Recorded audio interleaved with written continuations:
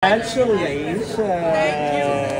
Thank you sa lahat ng press na nandito ngayon. So happy that I got to do that show tonight. I don't know how I did it, but I do have a great team behind me, so we all did it together. So congrats sa Cornerstone, sa L Squared, sa Cal Studios, sa lahat ng band, backup singers. Promise talaga si Sab, Ogie, Regine, Eric, Jason. This is such an amazing event. And si yung ating Yes My Love. So I hope I'm not forgetting anyone. Thank you sa inyo. Thank you. What for you was the most meaningful part? Parang yung kay Mamita at Mama. That was hard. Kasi alam mo na, nalungkot. At saka yung last, yung Through the Fire, dahil tayo ikaw tsaka wala namang pag-ibig. Kasi nga ang hirap kumanta na may baliktad na chorus.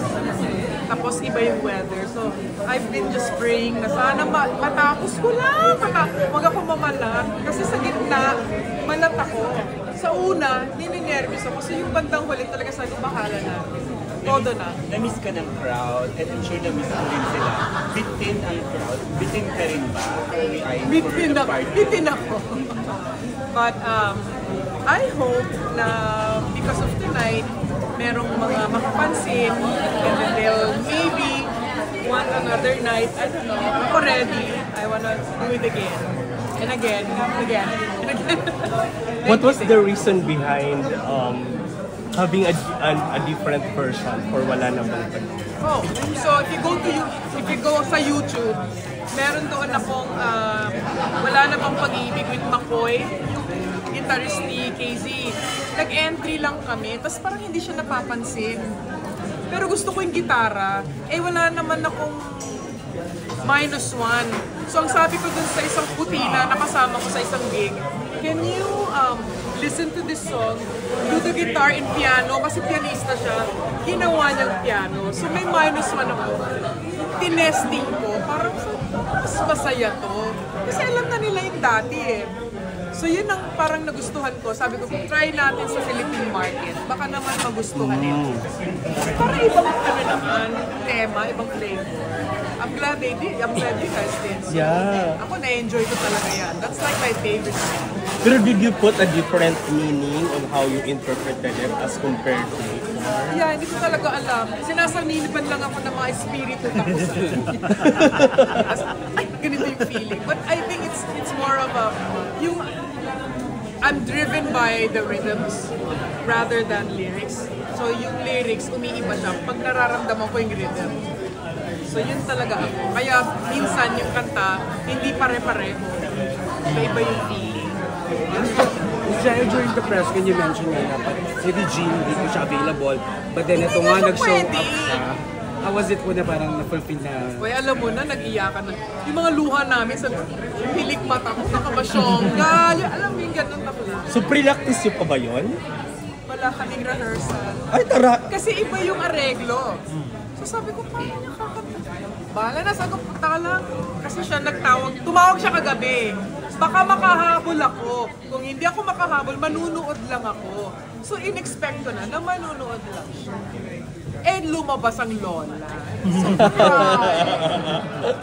and that's just the way she is. She's like kind-hearted, very involved in the friendship, napaka-generous, hindi lang sa akin, sa mga lahat.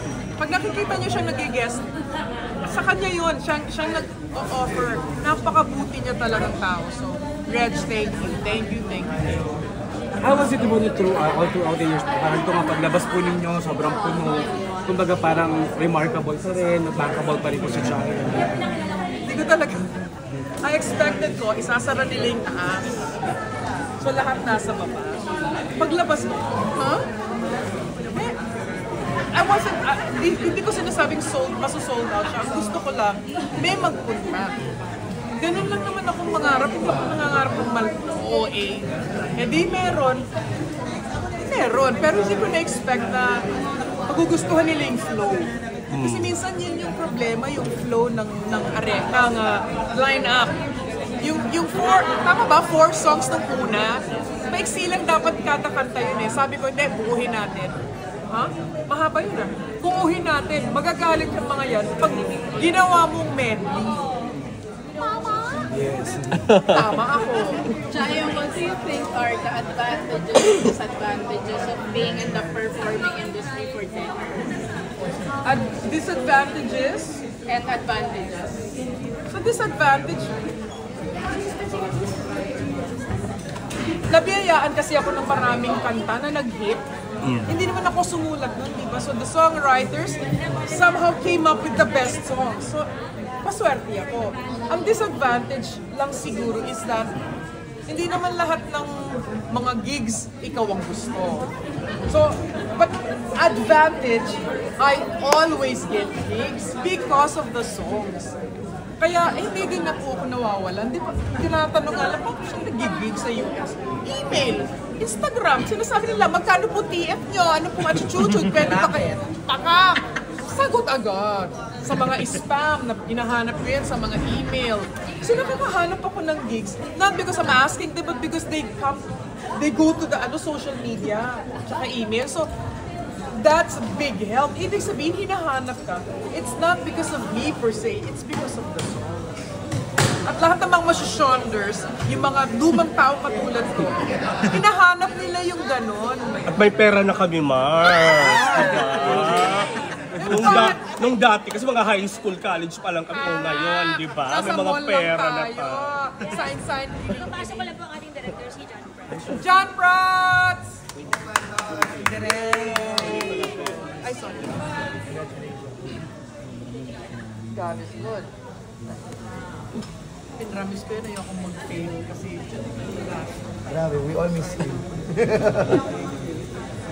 it was him. Congrats. How was the collaboration pala? Hiniling ko po si John Prats.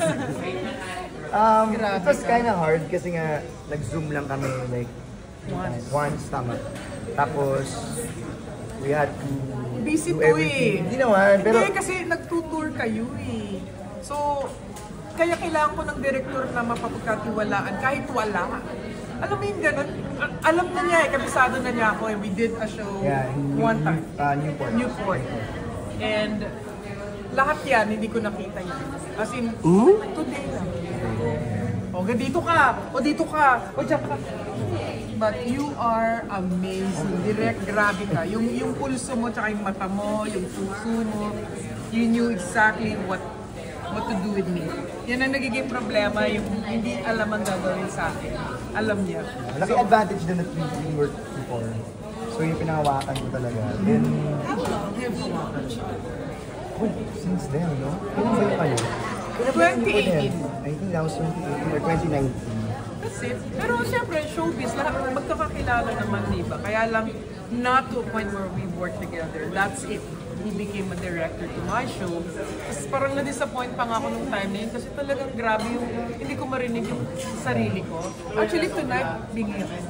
Nag-tinnitis ako. Sabi ko, bakit naririnig ko lahat? Aww. How weird. So, thank you, Direk. Thank Oh you, my Marissa. gosh. Thank you Oh for my the trust. gosh. Thank you for the In fairness, lumiyab ka sa Through the Fire. Akala ko'y matalis mo. Hindi, promise. I don't understand that song. Hindi ko siya talaga makanta It ng was well applauded. That song, sobrang nagulat ako at nakakilabot. Kasi very rare din naman talaga that an artist makakuha. Lalo na, like, I don't know, yung standing ovation, That was weird. from my point of view, parang nakakilabot siya na parang grabe, sobra siyang... Saka I like the fact that whenever kumakanta si Miss Jai, everyone's really quiet. I know na i-worry ako pag quiet. Parang, wala, And then naambok na sila. ibig sabihin kasi nun, lahat nakikinig. Lahat Ninanamnam namin. Ninanamnam. Kasi every after song, kasi parang ako rin nagulat ako parang, gusto ba nila? Ako din! Na-enjoy ba nila yung Quiet nangyayari? moments. So, every after song na lahat sila pumapalakpak, ibig sabihin talaga parang in-enjoy nila every number that you do. And isang advantage na is very clear kung ano yung intention ni Miss Jai. It's easy for me na kahit 1 week preparation lang, 1 week, guys. na-execute namin siya. Good time. But, Nakulakan kami. Kulang pa? Hindi ka sumayaw. Hindi ka ka sumayaw direct. Ayoko na siya tawagin no award. Ma-award ako ni Direk. Siyempre, gabi ito ni Miss Jaya. I mean, talagang, sabi nga namin ni Eric kanina backstage, nakakamiss siya. Nakakamiss. And naramdaman namin yun, even the audience talaga na ending na eh. Pero they all stayed. Nagpo-party sila. Hirap ipa-party ng mga kaedad natin, ha? Yeah, mahirap. Medyo... Uuwi na yan kasi magsisiksikan sa parking, mga gano'n. But they all Uwi na stayed. tayo, may pasok pa bukas. Maray, grabe, Direk. Congratulations! Ang ganda na production eh. Congrats! Yan yung mga last minute eh, na parang like sinasabi nga niya na parang direct may Miss Virgin tonight. May ganito tonight. Pero hindi kasi niya mag-guarantee na makakakanta siya eh. Kaya ang Walang iniisip sound check ko, yun, walang test talaga si Wala, Miss kaya Sir yung- Ogie tsaka siya. yes, yung unang part, akala ko, kasi dalawa talaga kami sa unang part. Ay, hindi ko kumanta. La, ra, ra, ra, ra. So yung second two lines kanya, hindi siya kumanta. Wala siya. Okay, tinuloy ko na lang. Pumasok. Crayola. Pero Ang galing ng... ganun na kami. Grabe. Ganun na kami kanina. Yung bigayan ninyo, parang kaya nakaka-amaze so wala palang practice And yun. it was raw for me raw sa akin kasi hindi ko na-run ng rehearsal yung number na yun. So parang, ito pala yun, yung sagutan ninyo. At may pa-adlib pa sila sa huli, di That's ba? actually our duet. Pero nung pinaiba ko yung areglo as like worship.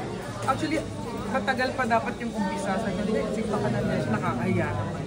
Hindi ko alam. I have no idea she was here. Na here to sing. So, nung nangyari yun, gano'n na yun. Check! Yeah. Very memorable yun. Check! So Saya. memorable. Thank you. Congrats!